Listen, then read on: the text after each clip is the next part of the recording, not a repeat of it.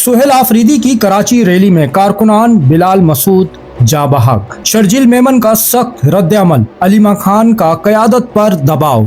कराची एक बार फिर सियासी रैली और एक अलमनाक सानहे का गवाह बन गया। नाजरीन, आप तमाम से दरख्वास्त है, ये वो हकाइक हैं जो आजकल आपको देखने में नहीं आ रहे। हम वो खबरें सामने ला रहे हैं जो जमीनी सतह पर पेश आ रही हैं। अगर आप सच जानना चाहते हैं तो हमारे साथ जुड़े रहें। चैनल को फॉलो सब्सक्राइब करें, वीडियो को लाइक करें, अपनी राय कमेंट में दें। तमाम तफसीलात, बयानात और असल हकाइक शामिल हैं इस वीडियो में। वजीर आला खैबर पख्तूनख्वा सुहेल आफरीदी की कराची रैली और एक कारकुन की जान चले गई।